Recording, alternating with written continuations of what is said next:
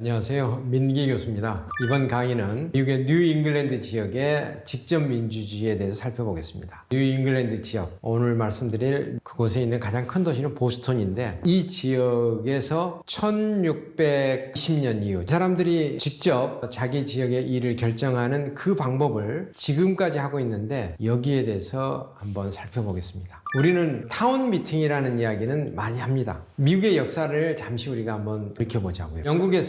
영국 사람들이 미국으로 넘어온 게 1607년부터입니다. 그때는 맨 처음에 버지니아 쪽으로 사람들이 넘어왔는데, 실제 영국에서 이 메이플라워, 오늘 몇 번 말씀드릴 텐데, 이 청교도들과 그 다음에 기타의 사람들을 태우고 약 102명 정도가 1620년 9월쯤 영국에 사람들이 도착을 해서 미국에 도착한 지역도 자기들이 플리머스라고 이야기를 합니다. 원래는 이 사람들이 지금 현재 플리머스로 오려고 하는 게 아니고 버지니아를 가려고 했는데, 길을 잘못 들어서 이곳에 도착을 해서 이제 정착을 하게 되는 것이죠. 이 정착을 하면서 이 사람들이 어떻게 우리가 신대륙에 가면 어떻게 살 것인가, 메이플라워를 타고 오면서 거기서 사람들이 협약을 합니다. 이 협약이 사실 오늘날 미국을 운영하는 미국 헌법에도 그 정신이 그대로 들어가 있는데, 이때의 협약을 메이플라워라는 배를 타고 와서 한 거기 때문에 메이플라워 컴팩트라고 이야기합니다. 이 협약에서 가장 중요한 건 뭐냐면, 어떤 법과 제도를 만들면 국민들이 민주적으로 선택하는 어떤 자치정부를 구성한다 이겁니다. 그러니까 국민들이 투표로 해서 정부 형태를 구성을 한다. 그러니까 첫 번째 정신은, 어떤 제도를 만들 때는 투표로 결정하되 그 투표는 다수결에 의해서 한다라는 겁니다. 지금 플리머스에 도착을 했는데 거기에는 정말 아무것도 없었습니다. 그때 이 사람들이 도움을 받은 것은 유일하게 인디언들이었습니다. 사실 인디언들이 이렇게 영국에서 오는 사람들이 오면 공격을 해서 이렇게 못 살게 하는 이게 아니고, 그렇다고 해서 환영한 것도 아니고요. 인디언들이 이 유럽인들을 기피했습니다. 기피는 이유는 뭐냐면, 유럽 사람들이 신대륙에 오면서 어떤 인디언들이 극복할 수 없는 감염병을 가지고 오는 겁니다. 인디언들하고 껴서 살았는데, 이 인디언들의 도움을 받으면서 이 사람들이 100여 명이 와서 타운을 만들면서 살게 되는 거예요. 이 타운이라는 것은 사실 누가 인위적으로 만든 게 아니고, 사람이 모여 살다 보면 가장 처음에 생기는 그런 자연적으로 생기는 어떤 결사체가 생긴 것이죠. 이 타운이라는 것은 정말로 제도에 의해서 만들어지는 게 아니고 우리 스스로 만든 그런 곳이라고 보면 됩니다. 이 타운에서 사람들이 거기 지역에 우리 아이들이 학교를 가려면 학교를 만들어야 되는데 만들어주는 정부도 없죠. 그 다음에 어떤 치안을 해야 되는데 경찰도 없죠. 어떤 공공의 일을 하려고 하는데 아무런 그런 주체가 없는 거예요. 그러니까 쉬운 얘기로 지방정부라는 게 없는 거예요. 그래서 이 타운 사람들이 모여서 지방정부가 하는 일을 우리 스스로 모여서 한번 해보자 라고 하면서 그 모였던 곳이 타운 미팅이라고 이야기합니다. 그러니까 타운 미팅은 지역의 문제를 결정하는 주민들 전체의 모임이라고 보는 것이죠. 직접 모든 사람이 모여서 직접 민주주의를 하는 것이 타운 미팅입니다. 그래서 이 제도에서는 타운의 주민들이 1년에 한 번씩 모여가지고, 거기는 의회가 없습니다. 의회가 없고, 물론 행정의 일을 하는 사람이 있는데, 이 주민들이 모이는 곳을 우리는 곧 의회라고 이야기합니다. 헌장에, 마치 헌법 같은 것이죠. 타운 지역 사람들이 사는 기본이 되는 헌장에 이 타운 미팅은 입법 기구다라고 이렇게 명시적으로 규정이 되어 있습니다. 그런데 가끔 우리가 언론에서나 이런 거 보면 타운홀 미팅이라고 이야기하는데, 이 타운홀 미팅은 주민들 총회가 아니고 특정한 안건을 중심으로 사람들이 모여서 논의하는 것은 타운홀 미팅이라고 이야기합니다. 그래서 오늘 우리가 공부하는 것은 타운 미팅이라고 정리를 하고 넘어가시면 되겠습니다. 그러면 이 타운 미팅은 두 가지 타운 미팅이 있습니다. 회계년도가 7월 1일이 시작한다면 3월달, 4월달에 새로 시작하는 예산을 결정하자. 이 지역에 있는 모든 사람이 모여서 하는 회의를 오픈 타운 미팅이라고 이야기합니다. 그런데 여러분 아시는 것처럼 이제 인구가 굉장히 많아지죠. 매사추세츠 주에서는 헌법에 6,000명 이하면, 미만이면 오픈 타운 미팅, 다 사람들이 모여서 하는 타운 미팅을 하고, 그 이상이면은 예를 들면은 대표자를 통해서, 마치 대의제처럼 대표자를 통해서 대표 타운 미팅을 하도록 규정을 하고 있습니다. 하지만 6,000명이 넘고 2만 명이 돼도 이렇게 오픈 타운 미팅을 하는 곳이 있습니다. 오늘은 그곳을 좀 소개할까 합니다. 정례회의는 매년 하기 때문에 연례 타운 미팅이라고 이야기합니다. 애뉴얼 타운 미팅. 요거는 정기적으로 매년 한 3월쯤에 합니다. 연례 타운 미팅에서는 주로 어떤 것들을 하냐면, 매년 회계연도에 오는 예산부터 시작해서 예산안 승인하고 조례 같은 거 정비를 하는 이런 일들을 하죠. 그 다음에 특별 타운 미팅은 우리 지역에 있는 의회에서도 임시회에 하는 것처럼 특정한 안건이 있을 때 임시회가 열리죠. 그래서 우리가 특별 타운 미팅이라는 것은 연례 타운 미팅에서 다루지 않는 사항 중에서 중요한 사항들, 재정이나 행정에 관한 것들, 이런 것들을 이제 특별 타운 미팅에서 다룹니다. 특별 타운 미팅은 이제 어떻게 열리냐면 주민들의 직선에 의해서 행정일을 하는 사람을 집행위원, 셀렉트맨이라고 이야기하는데 집행위원들을 5명 이렇게 있습니다. 이 5명들이 스페셜 타운 미팅을 개최해달라고 요구하면은 이제 타운 미팅을 주관하는 미팅 주관 의장이 주민들에게 공지를 해서 타운 미팅을 하고요. 또 주민들 한 200명 이상이 특별 타운 미팅을 요청을 하면 열리게 되죠. 오늘 저희는 어디를 여행을 해보냐면 매사추세츠주 있는 웨스트버로우라는 타운을 가볼 예정입니다. 이 우스터 카운티의 55개 이 타운 중에 하나입니다. 그러니까 우스터 카운티 내에는 굉장히 많은 이 타운이 있는 거죠. 이 타운은 언제 타운으로서 법인화가 됐냐면 1771년에 법인화가 돼 있는데 면적은 우리나라 안양 정도 됩니다. 56평방킬로미터, 안양이 58평방미터가 되는데요. 인구는 2만 2천 명 되고요. 이 면적에 우리 안양은 60만이 넘죠. 그 다음에 여기에 살고 있는 사람의 이 인종을 봐보면 백인이 한 65, 아시아계가 25%인데요. 전반적으로 18세에서 65세 이상의 인구가 55% 정도 되는 굉장히 균형 잡힌 그런 도시입니다. 이 법인화, 그러니까 지방정부가 되기 위해서는 차트를 받아야 되는데 이 차트를 1771년에 받아서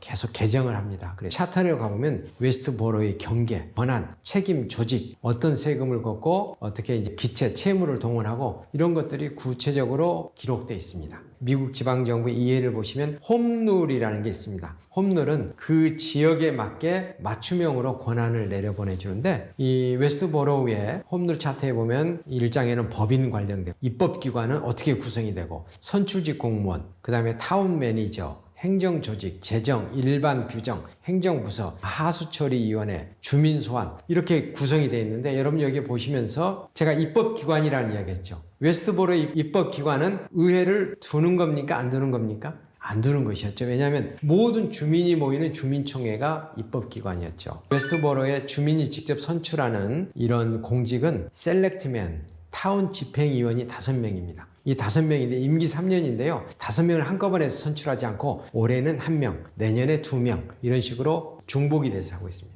지역공업위원회, 주택위원회, 도시계획위원회, 타운 서기관, 그 다음에 공공도서관, 이사회 이런 것들을 직접 선출합니다. 타운 미팅은 그러면 어떻게 진행이 되냐면 타운 미팅은 입법기구라고 이야기했습니다.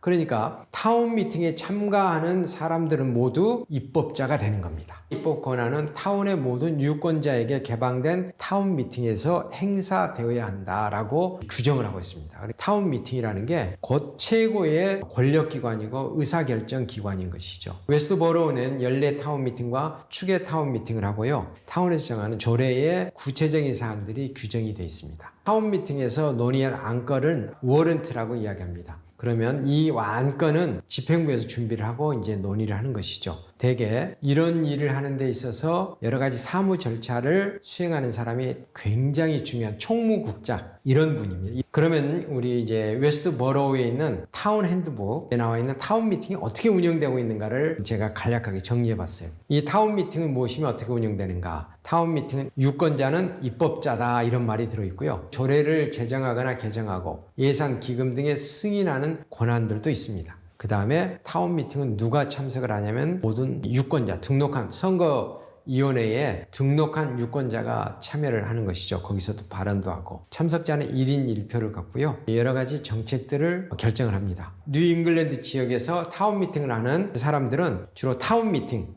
을 어디서 하냐? 고등학교 강당에서 주로 합니다. 대부분 거의 한 90% 이상이 장소가 고등학교 강당에서 이렇게 타운 미팅을 하고 있더라고요. 타운 미팅을 참석하려면 어떻게 해야 되느냐 이거죠. 코로나 이전에는 거의 사람들이 들어갈 때 보면 이제 누구다라고 확인을 받고 들어가는데 이게 찬성이냐 반대냐 이런 표시하라고 이렇게 종이를 하나 줘요. 그런데 지금은 코로나를 겪고 나서 어떤 변화가 있었냐면 전자 투표기를 주더라고요. 그러니까 전자 투표기로 거기서 예스다 노다를 그 자리에서 그냥 할 수 있도록 하는 겁니다. 그러면 이 타운 미팅은 물론 지역에 있는 주민도 이렇게 구경할 수 있지만 사실 우리 여기 한국에 사는 사람도 미리 연락만 하면 타운 미팅에 참석할 수 있습니다. 옆에 있는 별도의 구역이 있어서 이 과정을 잘 지켜볼 수가 있습니다. 타운 미팅에 가면은 이렇게 안건들을 만든 책을 이렇게 나눠줍니다. 타운 미팅은 누가 참석하느냐? 당연히 집행부 공무원들 중에 책임 있는 사람들은 다 와야 되죠. 예를 들어서 셀렉트맨이라는 집행위원, 각종 위원회 위원, 그 다음에 기록을 하는 서기, 학교 운영위원회, 도시계획위원회, 타운 부서장들은 모두 참석을 해서 주민들이 어떤 안건에 대해서 질문을 하면 답을 해야 합니다. 그리고 여기서 또 중요한 사항 중에 하나가 뭐냐면 그러면 타운 미팅에 전체 주민이 2만 명이고 유권자가 예를 들어서 15,000명이다. 그럼 이 중에서 몇 명이 참석해야지 타운 미팅이 유효가 되느냐? 대부분의 타운 미팅을 주관하고 있는 이 뉴 잉글랜드 지역에서는 의사 정족수에 대한 규정이 없어요. 특별 미팅 같은 경우는 한 50명 정도만 참석하면 된다. 이게 무슨 얘기냐? 미국에서는 적극적으로 주민이 이런 행사를 안 하면 그 사람 권리를 보호할 필요 없다라고 보는 것이죠. 그러면 그 손해는 고스란히 우리가 오는 거죠. 그래서 적극적으로 참여할 수 있도록 하는 겁니다. 타운 미팅을 진행하는데도 상당히 흥미로운 것들이 있습니다. 타운 미팅에서 이번에 A라는 안건에 대해서 집행부가 설명을 합니다. 이번에 우리 어떤 고등학교에 뭐 이런 시설들을 보수를 해야 합니다. 라고 이야기하거나 우리 상수도 시설을 해야 된다라고 하면은 제가 거기에 질문이 있으면 일단 저는 손을 들고 지명을 받아야 되죠. 지명을 받으면 저는 반드시 제 이름과 제가 어느 지역에 뭐 213번지 오디에 살고 있습니다. 이렇게 밝혀야 합니다. 그리고 발언은 반드시 3분 이내에 해야 합니다. 그리고 타운 미팅에서는 어떤 경우에도 야유나 박수를 치면 안 됩니다. 박수라는 것들도 편향적으로 자기에게 맞으면 좀 세게 치고 그렇지 않으면 치지 않고 그렇기 때문에 박수를 치거나 야유나 방해하는 행동을 하면 안 됩니다. 저는 발언을 3분 이내에서 해야 되고 기회는 딱 한 번입니다. 그런데 제가 어떤 발언을 했는데 B라는 사람이 저 민기라는 사람이 아까 발표를 했는데 내가 이해가 좀 안 된다. 다시 좀 설명해 달라고 이런 요구를 받았을 때만 저는 이 발언할 수 있습니다. 이렇게 충분히 토론을 하고 나서 토론이 끝나면 이제 누군가가 이 안건은 여기서 토론을 종결했습니다라고 모션을 하면 이제 제청을 받아서 토론을 종결하고 투표에 붙이죠. 그러면 타운 미팅의 투표는 투표용지 파란색, 빨간색을 들어서 표시를 하거나 전자투표기로 누르면 자동적으로 이제 집계가 됩니다. 집계가 돼서 일반적인 사안이면은 다수가 찬성을 했으면 이 안건을 찬성을 하고요.